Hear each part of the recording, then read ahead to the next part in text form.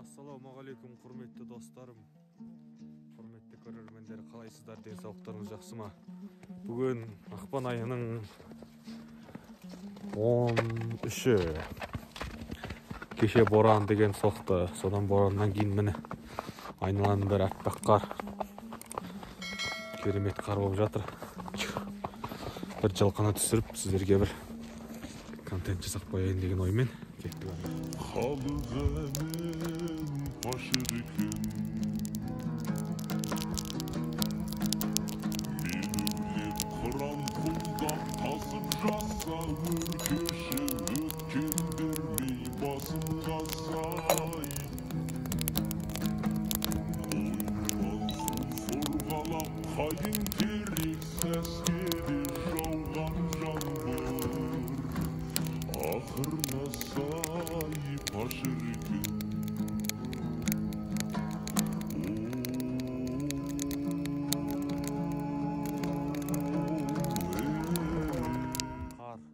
Қарылы аралас боран соқты кешке дейін, таңнан кешке дейін соққан боран.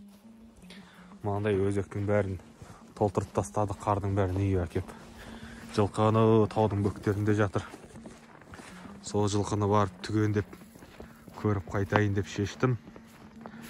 Түгендемесек болмады. Өзі біраз уақыт болып кетті. Қазіргі жағдайда итқұс деген бізге қиын болып тұр. Жылқының жауы итқұс болып тұр қазіргі уақытта. Осы қыс басталғалы мына жақта көршімнен біраз мал жеп тастады. Көршімнен мына жақтағы бір 4-5 бас жеп тастады деймін. Соңғы ретінде бір жабағы жеді, оның алдында бір ту биені тартып, тамақтап, жаралап кеткен. Ерде тағы бір көршімнің ту биесін тамақтап, жаралап кеткен еді. В общем, қысқасы итқұс құтырып жатыр. Қайырлы күн, құрметті достар. Бұл бентапак өнімі. Малдарды бордақылауға арналған витамин. Артық заттары қосылмаған. Барлығы таза витаминдер. Бұл малға берілетін жем-шөптің құрамында көптеген витаминдер кездеспейді. Сол арқылы осы витаминді мен сол витаминдердің орнын толықтыруға болады. Қазақстанда жасалған өнім, қолданып көріңіздер. Ал мына дәрі болса, қойлардың, қозылардың, лақтардың тышқағына қарсы. Яғни көктемде мал төлдеген кезде қозылақ тышқақтайды. Ақ тышқақ содан өліп қалады. Сол үшін осы дәріні қолданса ақ тышқақ болмайды.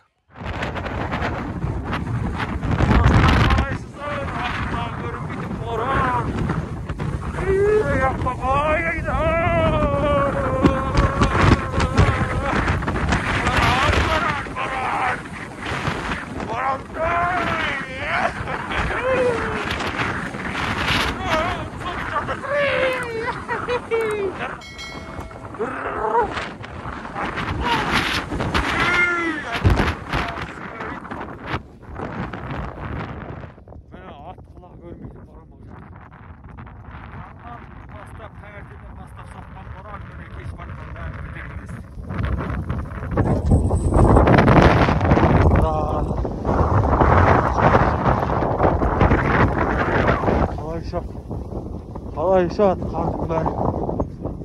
Мына жерді қара. Әлеп тастапты мына жерді. Сонда міне ақтабан мен басар тазы. Алды лайка, арты тазы. Тазы алдым міне, нағашым берді. Енді бір түлкілер кездеспей жүр. Бір бағын сынап көретін бұл тазының. Солай достар. Итқұс осы кеше емес, алдың күні мына жақ төңіректен, қыстаудан, көршімнен бір тай жеді. Одан кейін көршімнің қойын тамақтап тартып кетті. Оның ар жағындағы көршімнен екі байтал бір тай жеді. В общем, бұлар жеп жатыр ғой. Жарықтықтар көбейіп апты. Былтыр тыныш ет жоқ еді, биыл жақсы өсіп алыпты. Өзі осы маңайда екі қаншық бар деп ойлап тұрмын мен. Бір түнде мына жақ бөктерден біреу, мына жақ бөктерден біреу. Бір түнде екі жақтан екі тай құлатты. Бір 5-6-дан. Топшылауым бойынша бір 8 қасқыр, 8 ит құс бар. Осы мекендеп жүрген, одан бөлек тағы 3-4 бар мына территорияда. Енді мына Сарытау Салқынбел жақта айтпай-ақ қояйын, о жақта да жыртылып айырылып жатқан шығар. Анау қара көздің өзіне бәленбай бас жеп тастаған еді. Қазғартаға тоймай жүрген ит құстар, қасекеңдер қиын болып тұр.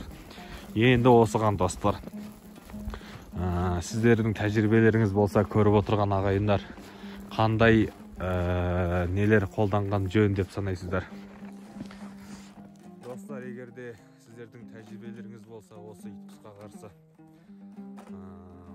атайын десең атқызбайды. Осы өткенде ғана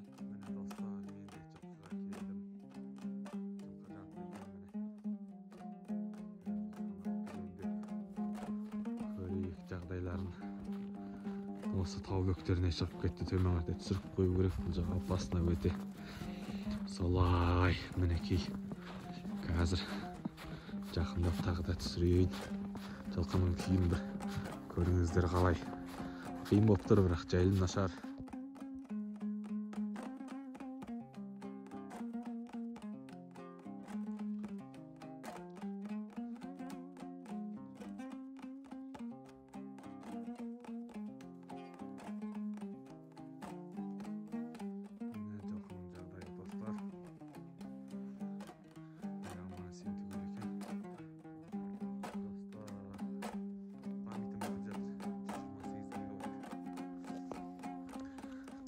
Түсіретін болып жатыр мен.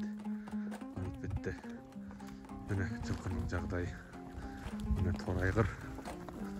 Торайғырдың үйірі, көкайғыр ана жақта. Онда көрсететін боламын. Міне бұйырса Алла аманат. Жағдайларың болады екен, әйтеуір жүрсіңдер.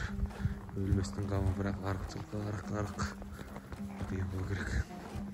Міне торайғыр жүр. Осылай достар, жарайды достар. Каналға тіркеліп, лайк басып, пікірлеріңіз жазыңыздар. Давайте. Көршім мына жақтан қойдың жанынан бір қасқыр өтіп, тауға ортай кетті деп звондап. Сонымен ұшып бара жатырмыз. Срочно тревога. Кетті. Шап.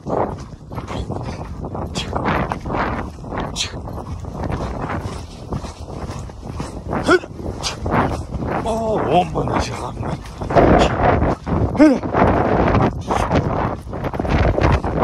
Жолмен шатсыш. Кеңіне алсың қасқыр. Тоқтай тұр мені күліп. Төбелесейік бірге бір.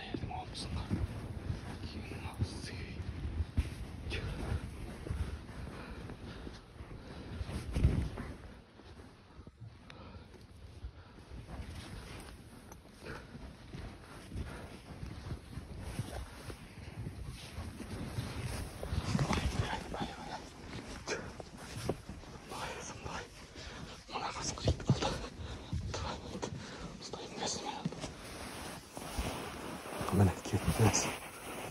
Мен ойлағаннан да өте қу қасқыр. Едеген қасқыр мені алдап, сыртынан көріп тұрып, айналып, тура жолымды кесіп отырып, алдап кетті ғой, плотын алдап. Екі адам болғанда, көз қарап тұрғанда атып алар ма едік. Мен қашқанда жем. Мені көріп тұрған сыртымнан. Оңбаған.